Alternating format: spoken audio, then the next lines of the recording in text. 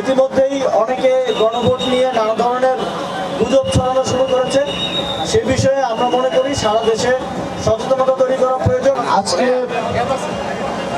জাতীয় নাগরিক পার্টির কেন্দ্রীয় নির্বাচন পরিচালনা কমিটির পক্ষ থেকে আমরা এই ভোটের গাড়ি আজকে এখানে একত্রিত হয়েছি। আমরা আমাদের এই ভোটের গাড়ির মূল উদ্দেশ্য হচ্ছে গণভোট বিষয়ক সচেতনতা তৈরি করা। আপনারা ইতিমধ্যেই দেখেছেন যে পতিত ফ্যাসিস্ট আওয়ামী লীগ জুলাই গণঅভ্যুত্থানের মধ্য দিয়ে প্রাপ্ত যে সংস্কারের প্ল্যাটফর্ম, সেই সংস্কারকে নষ্ট করার জন্য না ভোটের প্রচারণা শুরু করেছে। এবং আমরা অত্যন্ত সংখ্যার সাথে দেখেছি যে ফ্যাসিবাদ বিরোধী লড়াইয়ে থাকা কোনো রাজনৈতিক দল ও তৃণমূল পর্যায়ে না ভোটের পক্ষে অবস্থান নিয়েছে। তারা সেই ফ্যাসিবাদী ব্যবস্থাকেই কায়েম রাখতে চায়।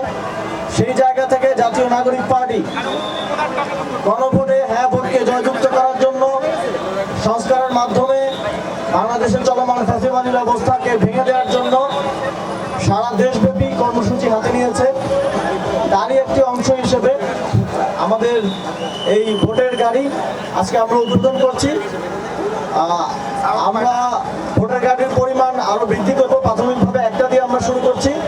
এই ভোটের গাড়ি সারা দেশে গণভোটের পক্ষে সচেতনতা তৈরি করবে, সাধারণ মানুষকে গণভোটে হ্যাঁ ভোট দেওয়ার জন্য উদ্বুদ্ধ করবে এবং গণভোটে হ্যাঁ ভোট দিলে কি কি সংস্কার হবে সেটার বিষয়ে সচেতনতা তৈরি করবে।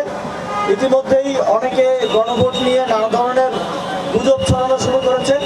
সে বিষয়ে আমরা মনে করি সারা দেশে সচেতনতা তৈরি করা প্রয়োজন এবং মানুষ যেন স্বতঃস্ফূর্তভাবে হ্যাঁ ভোট দিতে কেন্দ্রে আসে নির্বাচনের দিন 12ই ফেব্রুয়ারি, সেটা নিশ্চিত করা গণঅভ্যুত্থানের অন্যতম শক্তিশালী প্ল্যাটফর্ম হিসেবে জাতীয় নাগরিক পার্টি সেটা নিশ্চিত করার জন্য জাতীয় নাগরিক পার্টির সর্বস্তরের নেতাকর্মীরা প্রার্থীরা কাজ করবে এবং একই সাথে আমাদের এই গণভোটের গাড়ি সারা দেশে তার কার্যক্রম পরিচালনা করবে।